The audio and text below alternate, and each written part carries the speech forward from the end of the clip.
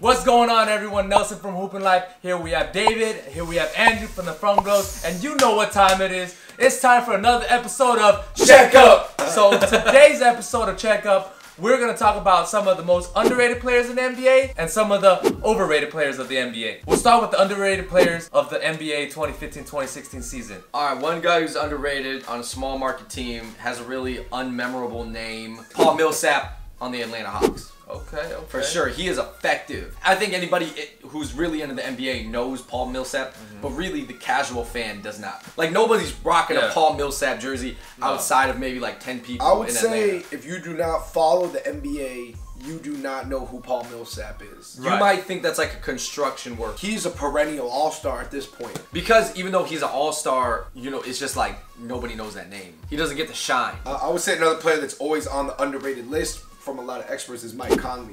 Right. Yeah. Mike Because Conley, he's a winner. Just going back a few years ago, even though in Memphis was really good, no one really talks about Mike Conley, but he's a really efficient, effective guy for the team. He's a true point guard. Yeah, our good friend Jeremy Lin, you know, Jeremy has flashes of brilliance. He doesn't do it all the time, but he is a very good facilitator. Yeah. He's better than a lot of point guards out there. Just the fact that he's easily a top 10 point guard in the Yeah. NBA, but nobody knows who he is pretty amazing. Okay, I'm sure you guys will totally agree with this one. A huge underrated player would be CJ McCollum from the Portland Trail Blazers.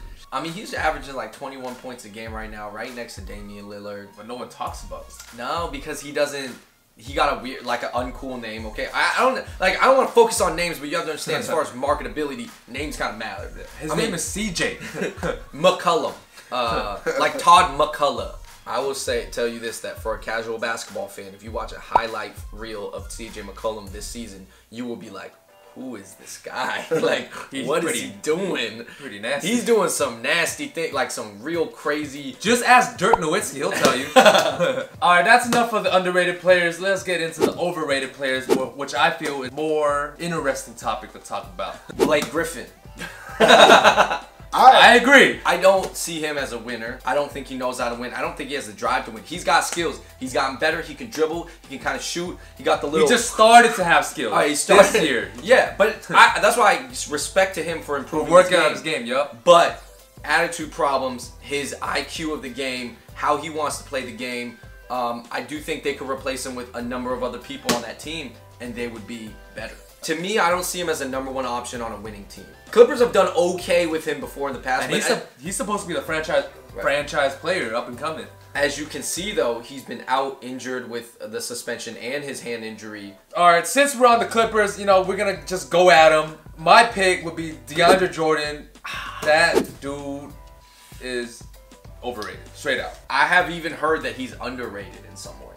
Oh, yeah? Oh, yeah? I know what you're saying about overrated, because all he seems like he does is dunk, but I actually think he's, in a way, just as important to that team, if not more important in some ways, as Blake Griffin. True, but then again, this all goes back to what I was saying about systems. Yeah.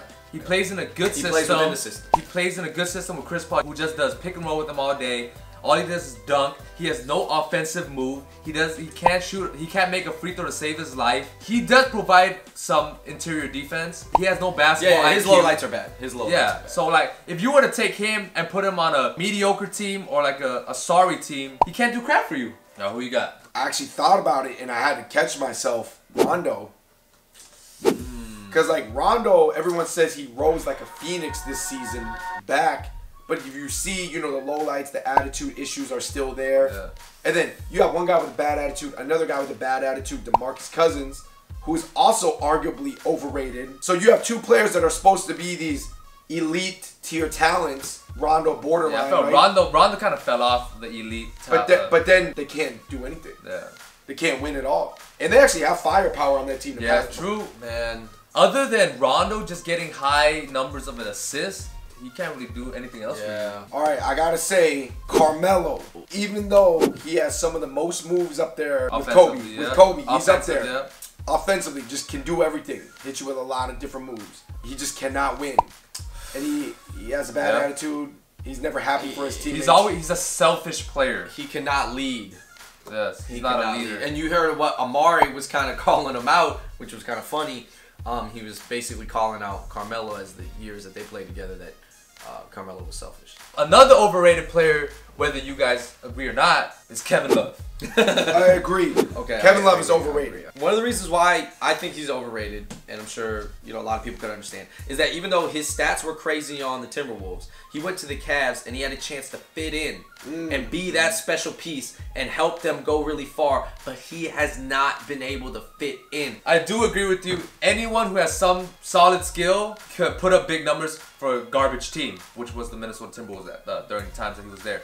So yes, I do agree that he is overrated because when you put him in a good team and you put him under pressure, couldn't do anything, man. Know what he was doing. Here's some other names on the list. Bradley Beal. Real quick. I totally agree. Overrated. I would say Bradley Beal was overrated like a season ago. I say he's always been overrated. Greg Monroe. Overrated. Why? He has a lot of post moves. He does have a lot of post moves, but why are the Bucks not playing him? Probably bad defense. He can come in against second units and get like 16 points off the bench. Anthony Davis, over or underrated? Overrated. Well, I would. Wow. I definitely don't. He's not underrated. I don't think he's because he's good. Okay, I would say he's really good, but people thinks he's like some type of god coming up. No, he ain't Steph. No, yeah. He ain't impacting the game that much, even though the stats are crazy. Is Kyle Lowry overrated or underrated? Underrated, for sure. Okay. Underrated. You think it's partially because the style of play is boring? He's not a highlight player. He's efficient, gets the job done. He fills up the stat sheet. Good leader. What more can I say? Paul George.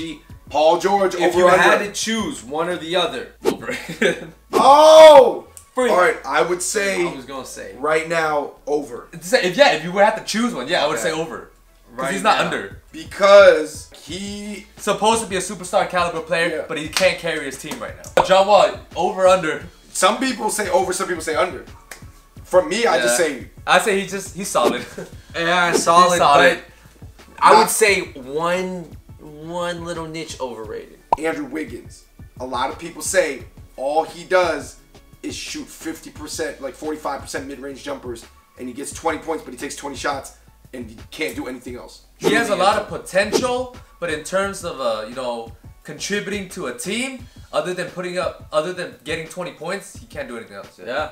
Okay, Jahlil Okafor. I would say he's overrated because I'm a hater. I don't care if you think I'm biased because everybody thought Lakers would have drafted him instead of D'Angelo Russell, but I'm still rooting for D'Angelo Russell, so I'm gonna say Jahlil Okafor's overrated. Alright, thank you guys for watching that video on our underrated, overrated NBA players of 2015, 2016. Let us know down in the comments whether you guys agree with our opinions on whether our picks of the players were overrated or underrated. Who are some of the NBA players you guys think who were underrated and overrated? Make sure to leave that down also in the comments below. Also, let me know what other NBA topics or any other basketball topics that you would like us to discuss or talk about. Watch this video over here. Watch this video over here. And until next time, we out. Check up.